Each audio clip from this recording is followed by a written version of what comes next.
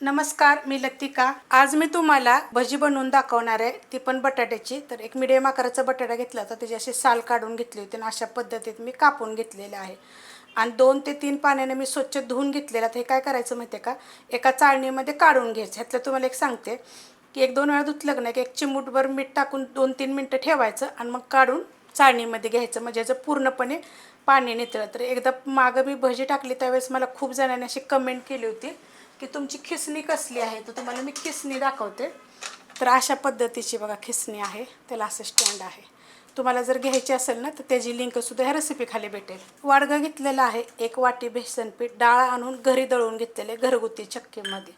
जास्त जर बनवायचं असेल तर जास्त साहित्य घेतलं तरी चालेल। अशा आकाराची वाटी आहे। ह्याच्यामध्ये थोडीशी एकदम हळद टाकायची आपल्याला। मसाल्याचा डबा आहे ना, त्यातले चमचा जो असतो ना, ते अर्ध्या चमच्याला पण अशी कमी टाकलेली आहे। ह्याच्यामध्ये चवीप्रमाणे मीठ। आता ह्यात काय करायचं, आपल्याला थोडं थोडं पाणी टाकायचे आणि मिक्स करून घ्यायचे। थोडंसंच पाणी टाकून बघा मिक्स करून घेतलेलं आहे। पहिलं असं मिक्स करायचं आणि मग ह्याच्यामध्ये परत आपल्याला पाणी टाकायचं। जास्त असं पातळ करायचं नाही, थोडं थोडं टाकायचं, म्हणजे आपल्या लक्षात येतं की आपल्याला पाणी किती लागणार आहे ते।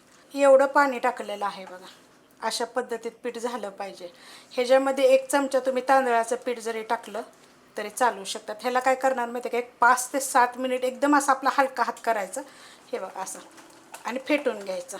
बघा असं हलक्या हातानं फेटायचं, जेवढं तुम्हाला फेटता येईल ना तेवढं फेटायचं। आता हे कसं आहे माहिती आहे का, एकाच साईडनं असंच फेटायचं, फक्त असं असं करत बसायचं नाही, एकच असंच फेटून घ्यायचं।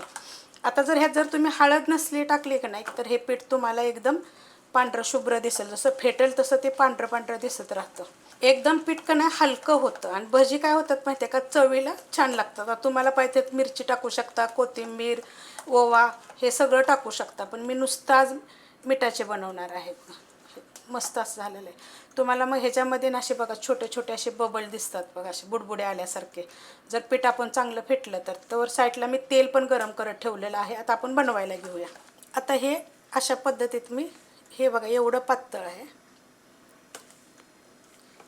असं बुडवून घ्यायचं। तेल बघा चांगलं कडक गरम झालेलं आहे। हे असं पकडायचं, असं थोडंसं झाडायचं आणि सोडायचं। अशा पद्धतीमध्ये सोडून घेते, जेवढ्या आता बसेल तेवढा। हा तवा आहे खोलगट, ह्याला तुम्ही कढई पण म्हणता। सोडून घ्यायचं, गॅस मिडियम आहे बरं का। कडक चांगलं तेल तापलं का नाही की करायला घ्यायचं, हे बघा असं। आता हे मी 3च पहिले फ्राय करून घेते बघा, कसे लगेच वर येतात ते। पलटे करून घेऊया।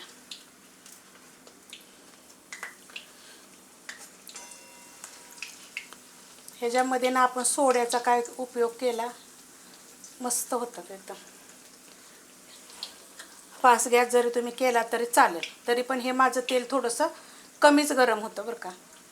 आणि लगेच घाई करायची नाही, काढायचे। थोडंसं साधारणसा कलर आपल्या ह्याचा गोल्डन आला पाहिजे, मग काढायचे। म्हणजे हे तुमची भजी 2 ते 3 तास अशी राहतात बघा।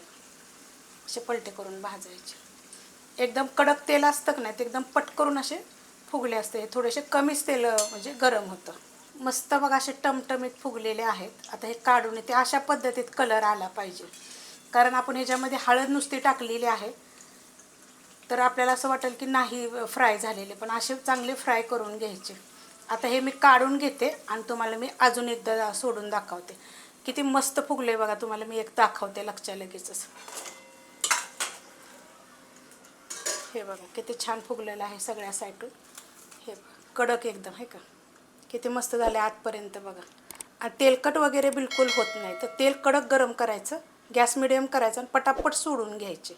अजून एकदा सोडून दाखवते, हे बघा। आता तेल चांगलं गरम झालेलं आहे, मग अशी जरा कमीच गरम झालं होतं।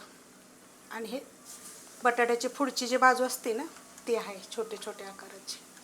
असं नितळायचं थोडंसं आणि मग सोडायचे।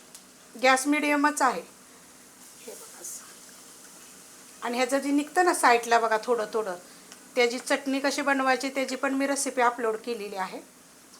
ते एवढं सोडून घेते मी। फुगले बघा लगेच कसे, पलटी करते। पहिलं सोडलेलं आहे, सोडा नाही काहीच नाही बघा, कशाचे पूर्ण मस्त टमटमीत झालेले आहेत। पलटी करून घेऊया।